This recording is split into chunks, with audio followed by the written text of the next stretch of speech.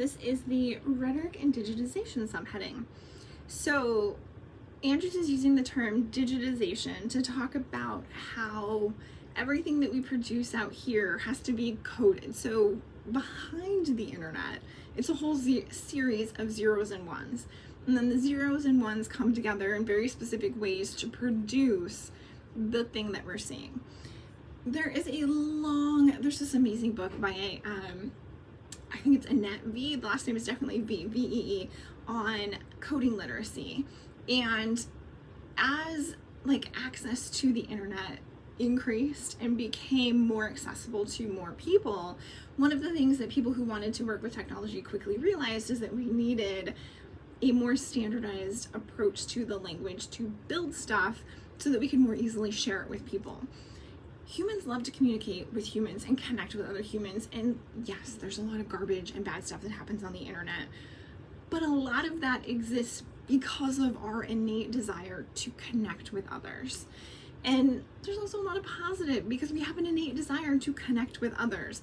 And so when we look at the idea of digitization, we're really looking at why are codes operating the way that they are, and why are packets of information put together and housed and stored in the ways that they are, and why are they circulated in the ways that they are, and then how does all of that, so not the message, not necessarily the content of the message, but literally the interface through which the human person has to access the internet, always a part of the message.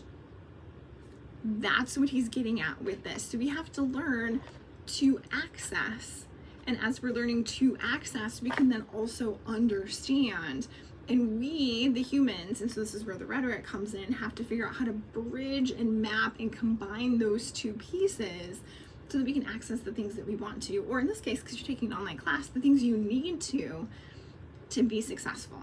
So digitization is the what is going on behind, and you don't have to know all of the specifics, you just have to know. So if we look at something like artificial intelligence, so generative AI is a huge thing right now.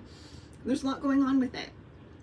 If we know what it looked at and what it read to be able to produce the prose that it can produce, that tells us a lot about what matters as a sentence. So if I asked AI to write a persuasive essay and I have it cite something, I need to double check all of that, but I also need to be really clear that it stole a lot of text. All of them did. It stole a lot of internet text to put together the ability that the algorithms have, and it's stolen from the internet. And so my favorite, it's not really favorite, but when I hear this from my literature colleagues, there is a lot of really bad, incorrect information out there about literature. Really bad, misspelled character names, attributing feminism to characters that aren't, or vice versa, saying they're not feminist when they are, talking about different focuses. I mean, there's so much bad information out there about literature. It's hysterical. So all of that is what fed AI. So a student in a lit class who asks AI to write a persuasive essay about why Elizabeth Bennet from Pride and Prejudice is a feminist hero is also going to have to really know Pride and Prejudice, because otherwise there's going to be a ton of bad information in that text because of digitization, because of the history of how that particular AI that they chose to interface with was designed, what text it did and didn't have access to, and then what it's doing with those texts, which all of the people producing it are claiming is proprietary, and so it's in a black box, so we don't actually know. We don't know what it's currently reading, if anything at all. Is it keeping the text that I produce? Do I need to be worried that if I put something in AI that it's stealing my intellectual property? In some cases I kind of am. So where does all of that go? So digitization is that putting these things in packets of information is not neutral. It's always a part of the interfacing of the communication. It's not necessarily going to change how I understand the message, but it might, and so it needs to be considered. But then it needs to be considered rhetorically under the 4 claims from the very beginning when we talked about Andrews. What is the long history that's influencing it, especially from a rhetorical standpoint? how is it socially and politically situated?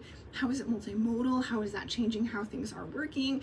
And then how is that multimodality influenced by all of these other social and political factors? We got to think about all of that with just these little packets of information. So how complicated is this little packet of video so that I can explain the term digitization to you?